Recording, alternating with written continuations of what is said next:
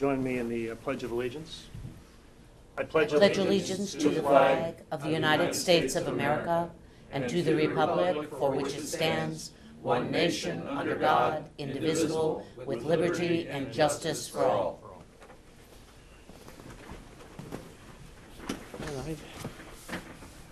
Looks like I need an agenda. I'm not sure where to start today. You don't have an agenda? Oh, I don't.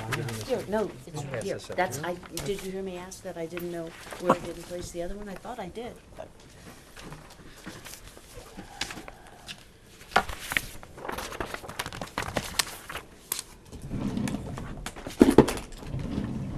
First and foremost, we will begin with approval of the regular session from last Wednesday. That was the 1st of November. And we were given copies of the minutes over the weekend or on Friday, I believe. So Monday afternoon. Okay. Monday. Time flies. But I will entertain a motion to approve the minutes from November 1st, 2017. So moved. Second.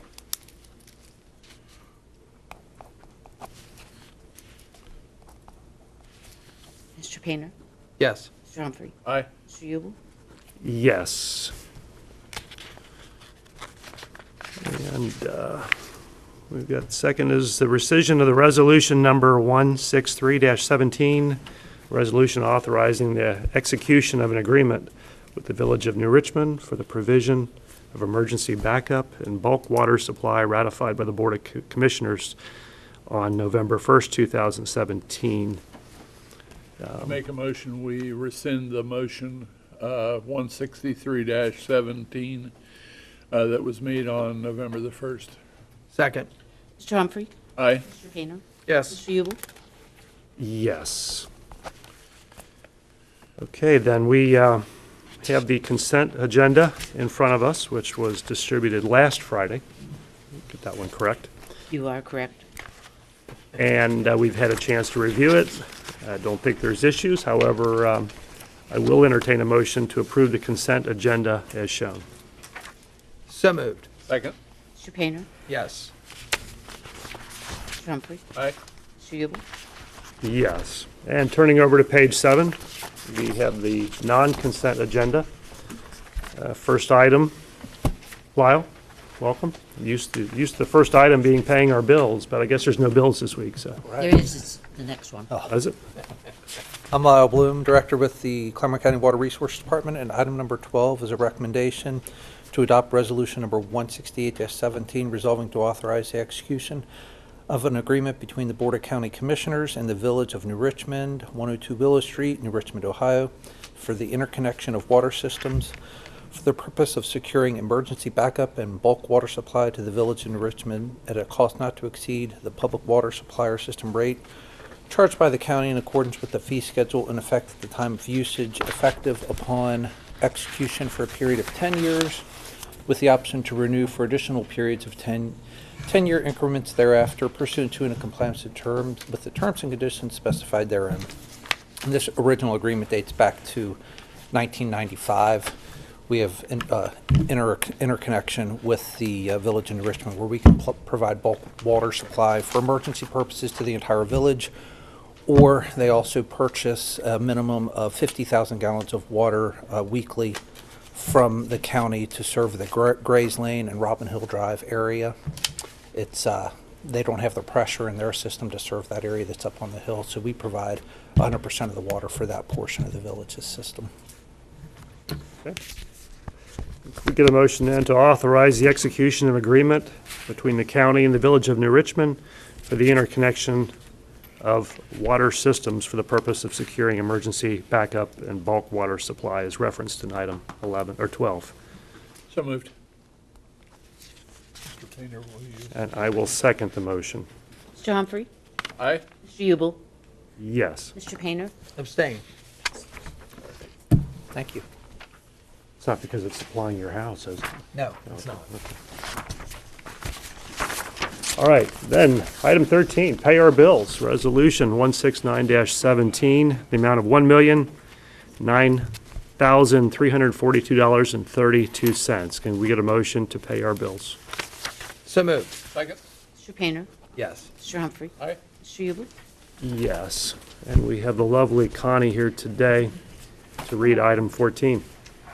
Item number 14 is the recommendation of Judy Eshman, the Director of the Department of Job and Family Services, with the concurrence of Thomas J. Eigel, Interim County Administrator, to execute the local governance agreement by and between the Butler, Clermont, and Warren Boards of County Commissioners, chief elected officials, the Ohio Area 12 Workforce Development Board, and Warren County Board of County Commissioners as the fiscal agent for Local Area 12, to define the roles and responsibilities of said parties in and as it relates to the receipt of Workforce Innovation and Opportunity Act funding, or WIOA funding, for Local Area 12 for state fiscal year 2018, in concert with the intergovernmental agreement previously ratified by the Board of Clermont County Commissioners on June 15th of 2015, at no cost to Clermont County, with said local governance agreement effective for the period of July the 1st, 2017 through June 30th of 2018, and automatically renewed for one-year periods unless terminated by a majority of the chief elected officials, pursuant to and in compliance with the terms and conditions set forth therein, and in compliance with WIOA Policy Letter Number 1518, as prepared by the Ohio Department of Job and Family Services, Office of Workforce Development.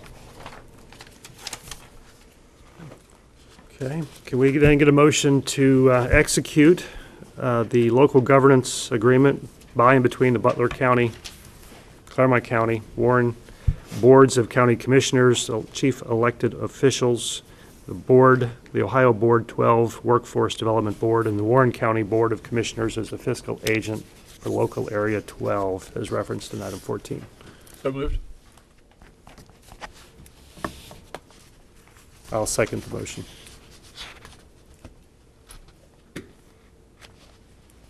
Mr. Humphrey? Aye. Mr. Ubel? Yes. Mr. Painter? Abstain. Thanks, Scott. Thank you. Morning, Craig.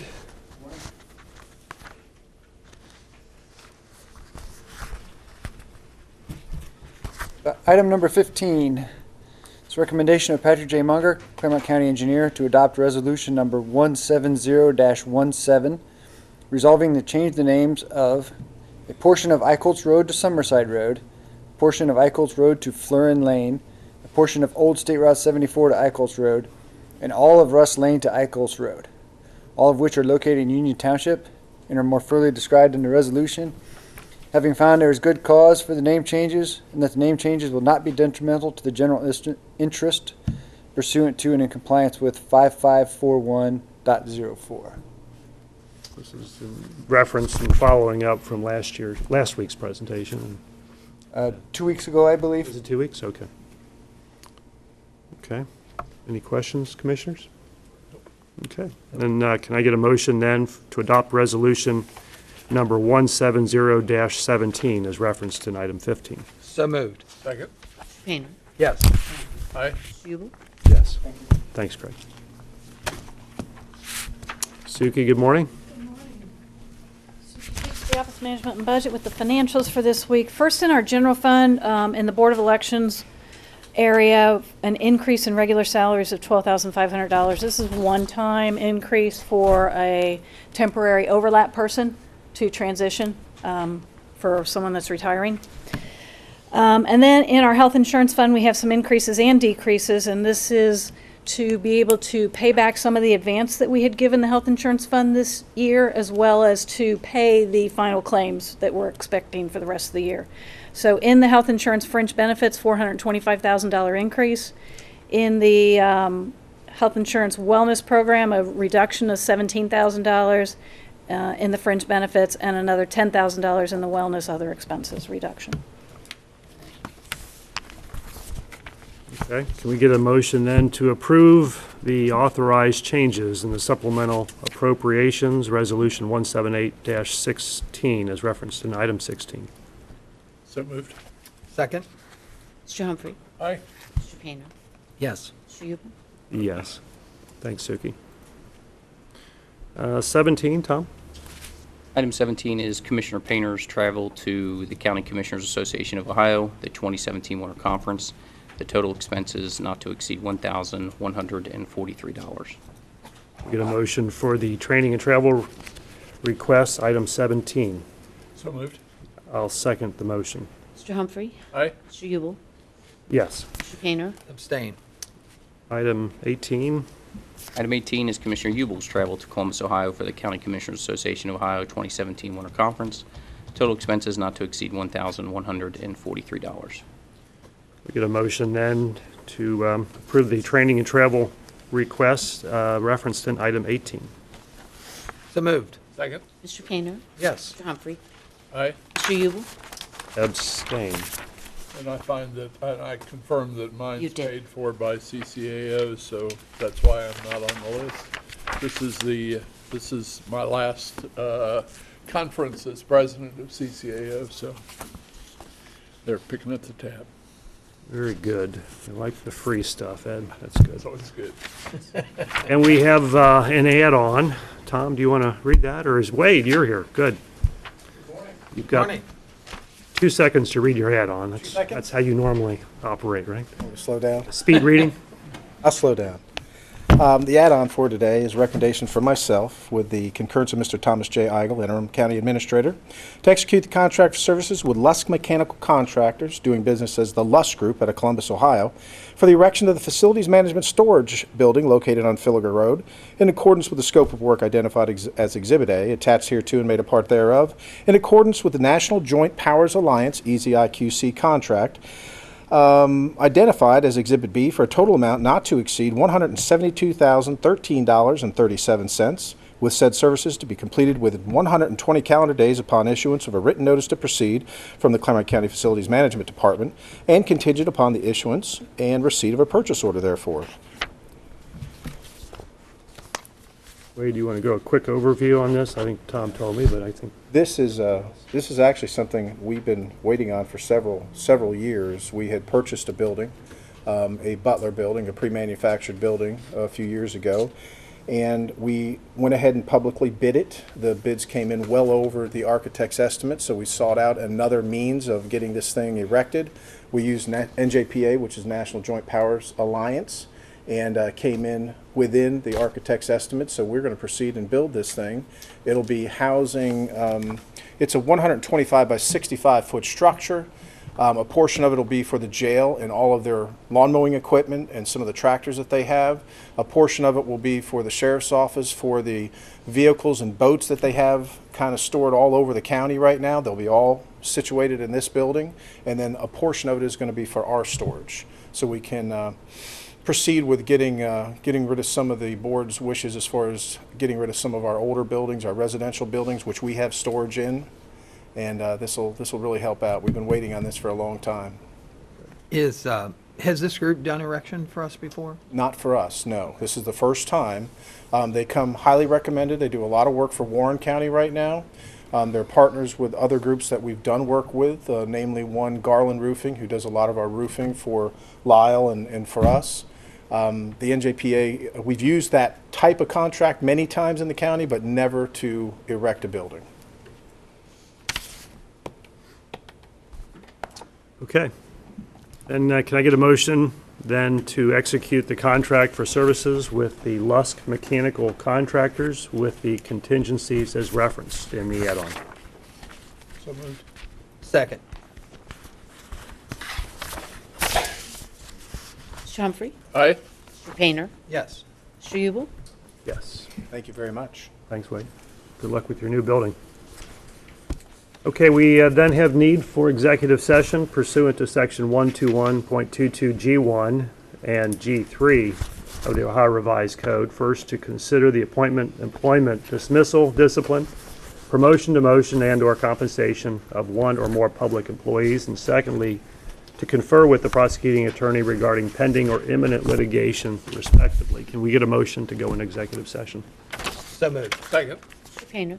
Yes. Mr. Humphrey? Aye. Mr. Yubel? Yes, we'll be back shortly. Well, we're back from executive session. No decisions were made or votes taken. And we are a few minutes after 11, but we have a public hearing at this point to proposed amendments to the Clermont County Water Management Sediment Control Regulations pursuant and in compliance with Section 307.79B of the Ohio Revised Code. Today's the date, time, and location for the first of the two public hearings as published in the Clermont Sun on October 26, 2017 and November 2nd, 2017, for the receipt of public comment relative to the request of Carl Lamping, Chief Building Official for the Clermont County Building Inspection Department, to consider proposed amendments to the Clermont County Water Management Sediment Control Regulations pursuant to 30779B, our revised code. So, for those that are here, if you have not already signed in, please do so. The pad up front by the door is where you need to sign in. But first, we'll have John McManus, the administrator for the Clermont Soil and Water Conservation District. He'll be presenting a brief overview of the process and proposed amendments to the Clermont County Water Management Control Regulations. So, John, thanks for coming in. Also with me, Heath Wilson. Heath is with the Building Inspection Department. The Building Department, of course, administers and enforces the stormwater regulations. Thanks, Keith, for coming in. We began the review and revision process last year, early 2016, as was required by the county's stormwater permit with Ohio EPA. Ohio EPA requires that our regulations are at least as strict as their construction general permit, their permit that they issue to developments disturbing more than 1 acre of land. And our regulations were last revised in 2011. Ohio EPA updated the construction general permit in 2013, so we had some updates we needed to do. Fairly inclusive process, I think. We formed an advisory committee where we invited different county agencies, departments to participate. We extended an invitation to all of the townships and municipalities that are partners with the county on our Ohio EPA stormwater permit, extended invitations to members of the development community and also the Chamber of Commerce. We had 3 meetings of the advisory committee dating back to last October, went through all sections of the regulations, took their comments, made appropriate changes to the regulations, and we have the final draft before you. There are essentially 3 categories of revisions. The first category would just be what I call general housekeeping, so maybe some clarifications, minor changes in languages, minor deletions of words, that type of thing. The second category would be those changes that are required by Ohio EPA, those changes that we need to stay consistent with the construction general permit. One of those changes is we added a requirement that any activity that disturbs 1 or more acre of land does need to apply for and receive a WMSC permit. We updated criteria for several different erosion and sediment control and stormwater management practices. And for the first time, we included language regarding inspection and maintenance requirements for those involved in the development. And all of that language we pretty much took straight from the construction general permit, word for word. The third category of changes were ones that we thought were needed but not necessarily required by Ohio EPA, and I'll run through some of those. First, and this came out of the advisory committee meetings, there's an appeals process, and the Board of Appeals shall now notify the local jurisdiction where the appeal is located. So if the appeal is located in Union Township, we'll notify the township trustees that this appeal has been put forward. Second one is public entities, so county engineer, township, villages, anyone doing projects within the road right-of-way that require a construction general permit. Right now, they're exempt from the county's water management and sediment control regulations, and that's per Ohio Revised Code. But now we are asking that if they're required to get a construction general permit, they should provide a copy of EPA's acknowledgement of coverage to the building department before they start work. Some others, right now we may require development to do a downstream capacity study to determine if there are any capacity problems in the existing storm sewer systems that might come about with the new development. We'll now require that for existing culverts in the public right-of-way as long as they're installed in compliance with ODOT or other approved standards. We'll now allow the use of alternative management practices in the right-of-way. The new culverts shall be sized for 25-year storm frequency for drainage areas less than 100 acres, and that's up from the 10-year storm, and size for the 50-year frequency storm for drainage areas greater than 100 acres, and that's up from the 25-year storm, so larger pipes essentially. And that change matches the current design criteria for county roads. We reworded a section to allow some structures to be placed in drainage easements as long as they don't interfere with flow, with drainage. Petitions for permanent maintenance of stormwater facilities like detention basins and retention basins, petitions for permanent maintenance by the county, rather than spelling out the process. Regulations state that they shall now follow the subdivision regulations and requirements in Ohio Revised Code. We added a new section that addresses groundwater discharges from underground storage tank remediation activities. And rather than include a number of appendices with specifications for different management practices, we now reference the state's rainwater and land development manual. So that's a summary of the changes. If you have any questions, need any clarification, Heath and I can do our best to answer them. I have no Nope. question. Okay. Okay, great.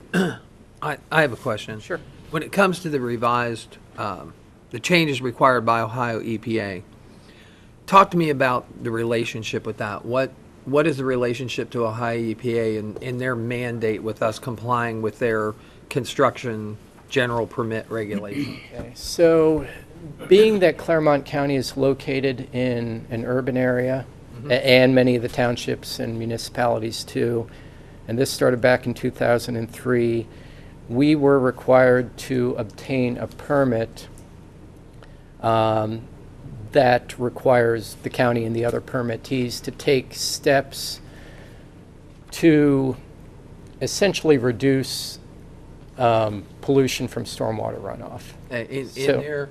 In their recommendation, that was a recommendation, or was No, it that's just a mandate. It's a mandate, yes. Okay. And there are a number of different sections in that permit. We have to do public education. We have to do stormwater mapping. There's 2 sections on management of runoff from construction activities and post-construction stormwater management. And that's where our permit requires us to have these stormwater regulations, and there are certain things that need to be in it. And specifically, it needs to be at least as strict as Ohio EPA's construction general permit, which is a separate permit. Okay. So when when you talk about the activities for disturbing more or equal to 1 acre of land, Right. That's straight from the construction. that's general straight from their construction. That's what they've ratcheted down to. Yes. And it's always been, for that one, it's always been 1 acre. We never called out 1 acre in our regulations. Instead, we have, We're actually more strict than that. We have, it says 100 cubic yards of, if you move 100 cubic yards of dirt, or if you're over an acre. Now, that's Yeah. what it'll read now. But So- we've always been. And that was one of the things that I wanted to a lot, and I'm just throwing it out. A lot of tendencies for people to do these kind of things with EPA is to add things in that don't just meet the minimum. And then all of a sudden, you're ratcheting up and I mean, that's a natural thing to do. So that's really what my basis was. Are we following exactly their recommendations and saying, if this particular document says I have to disturb 1 or more acres of land, that is the requirement. That that is we the don't requirement. add things. But he had just stated that we added a cubic Well, we didn't. yard that's- requirement. We've had that since Yeah. 19. Cubic Yeah. yard requirement has been in the regs. Right. Since Just the beginning. adding and or 1 acre or more. Well, when did the Ohio EPA put the 1 acre of land disturbance in there? Is that something that's just back to recently? 2003. No, that's from So the. you're saying since 2003, our regulations have been out of sync? Well, with Ohio? no, like Heath said, I think ours are more stringent, Ours are more stringent. but there could conceivably be the case where somebody's moving more than 100 cubic yards of dirt, or moving less but disturbing an acre. It's unlikely, but this is just to cover ourselves. Yeah. Good. Okay, well, thank you very much. Appreciate that, Keith and John. At this point, we'll take comments. If there's anybody in the public that's here would like to speak either in favor or opposition, please come up to the podium and state your name, your address. Speaking in favor or opposing the project? We're in favor. My name is Jim Watson.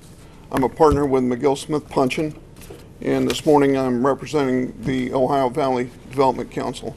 Yes, my address, it's 3700 Park 42 Drive, Cincinnati 45241. Thank you. In our opinion, the county's water management sediment control regs have been and continue to be a very well-written set of regulations. The issue that you discussed about the 100 cubic feet, Yeah. that came about 25 years ago when the regulations first came out, and it predates any kind of EPA mandates that existed at that time. So it's a carryover from that. Understand. And then we in the development community learned to live with it back in the 90s and can continue to do so. We lived with it too at at a small project here in Cincinnati called Fernald, Ohio. Right. And those kind of stringent regulations that people write into those cost millions of dollars of taxpayers' money, and that's my concern. I understand that. It's okay to be a little, I understand the tendency to be more stringent, but I also understand the tendency that everybody who's a taxpayer pays for that. And so I'm not a proponent of that. I'm a strict proponent of what the requirements are, I understand. And as speaking for the Ohio Valley Development Council, we certainly wouldn't lose any sleep if if that regulation If that was relaxed. reduced. I understand. But as part of this process, Carl and John and Heath, and I suspect there may have been others, did a really good job of outlining the issues as they saw them in their enforcement of the regulations, and they brought to us as a committee very well thought out suggestions as to how to address those issues. And then as a committee ourselves, we had a really good group of people. We had very constructive dialogue, and we were able to efficiently move through that process. So in summary, we're pleased with the update, and we support its adoption. Great. Thanks Thank very you. much. Thank you. Thank you, Mr. Watson. Anybody else in favor? Anybody else here opposed? I guess there's not anybody else to speak. But other than that, I guess, are there any comments that we received, correspondence to the board? The only other one, just from Clermont County Public Health, Heath received a letter in support of the changes. Good to know that we got the Public Health Department's input. That's good. How will these then be adopted? I'm sorry? How will these then be adopted? I guess we have one more public hearing, and then after that, assuming there are no changes needed, we can adopt them, or the board can adopt them as soon as it wishes. And the effective date, John, is 31 Oh, days that's therefrom. right. Once the board approves the changes, the effective date would be 30 days after. 31. 31, thank you. Okay, great. Okay. Thank you, John. Thank Thank you. you, Keith. If there's no further comments, we'll close this first of two public hearings on the proposed Clermont County Water Management Sediment Control Regulations. The second meeting, as John said, will be held on November 15th at 11 a.m. local time during the Board of County Commissioners meeting, regular session. So at this point, we're going to recess. We're going to go back into executive session. Yeah, for the, you can read the number 1. Okay. Executive session pursuant to section 121.22G1 of the Ohio Revised Code to consider the appointment, employment, dismissal, discipline, promotion, demotion, and/or compensation of one or more public employees. Can I get a motion? We've already had a motion, right? All right. No, Go we back have in to to- do it Motion to again. go back in. We'll go back into executive session. I'll make a We'll be motion back. to go into executive session under that code section. Well, we've already had the motion, so we're just But going you to go came back in. back out. Came back and out, so you came have to- back out, and if you want We to have go to back go in. back in. Okay. So we have to have a motion and second to do that. We got a motion by Commissioner Humphrey. Second. And that was 121.22G1. Yes. Yes. Mr. Humphrey? Aye.